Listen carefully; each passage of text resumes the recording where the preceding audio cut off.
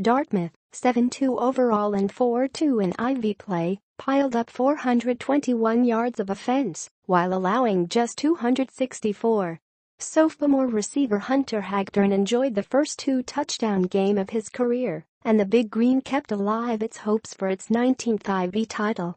Princeton visits Memorial Field next Saturday for the team's season finale, when everyone involved hopes for warmer weather. "I still have lockjaw," joked Dartmouth coach Buddy Tebbins, whose program improved to 6-1 at Fenway, with 3 victories there over Brown. But the offense executed for all 4 quarters for the first time all year. It was critical to set an early tone. An announced crowd of 12,297 saw Dartmouth open the scoring with 5 minutes remaining in the first quarter by driving 51 yards in 7 plays and 3 minutes. The Big Green scored when Hagdorn caught a 27-yard touchdown pass from Jack Hennigan. David Smith's extra point attempt was blocked. Dartmouth pushed its lead to 13-0 with 4 minutes gone in the second quarter. Ryder Stone's 10-yard run and Smith's extra point capped an 11-play, 90-yard drive that consumed 5 minutes. Brown, 2-7, 0-6, ruined Dartmouth's attempt at back-to-back shutouts by kicking a 27-yard field goal with 5 minutes remaining in the second quarter. The Big Green all but finished the game early when it drove 77 yards in 7 plays and went up 19-3 on a 16-yard touchdown pass from Hennigan to Hagdorn. Smith added the extra point and then booted a 28-yard field goal as the half expired for a 23-3 advantage. Dartmouth's Jarius Brown intercepted a T.J. Linta pass and returned it 27 yards for a touchdown 5 minutes into the second half. Brown scored on a run with 7 minutes remaining, snapping the Big Green's 7-quarter shutout streak. Hennigan completed 21 of 31 passes for 263 yards and 2 touchdowns and had 1 toss intercepted.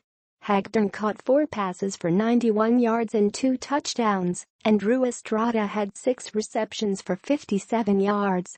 Stone carried 16 times for 63 yards and a touchdown. "The results weren't what we wanted, but it was an incredible atmosphere to be a part of," Brown coach Phil Esty said. "We haven't had a rhythm all year, and we didn't settle into one tonight. We seemed to find a way to shoot ourselves in the foot. It's been a struggle, and it's too bad, because we're better than what we've shown." Notes: Brown Sports Information Director Chris Hum said that more than 16,000 tickets were sold for the game, with more than 3,000 no-shows.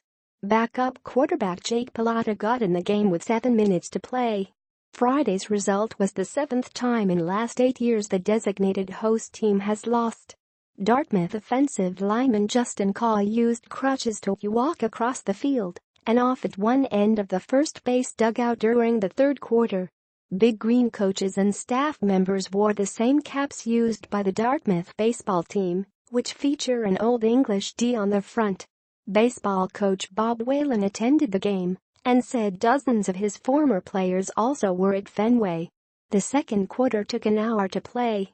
Dartmouth marching band members standing on the back of the third base end zone and waiting for their chance to take the field at halftime danced a jig to stay warm.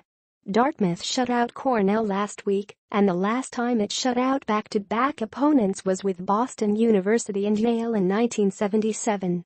The last time the Big Green played in front of a crowd announced at 15,000 or more was at Yale in 2011. Dartmouth Athletic Director Harry Sheehy sat in the outside portion of a private box above the third base dugout for much of the first half. Maine and UMass face off in football today at Fenway. Next weekend, it's UConn and Boston College and a pair of high school games. Estes said he didn't feel cold until the last 50 seconds. "It was more the cold reality of the situation," he said.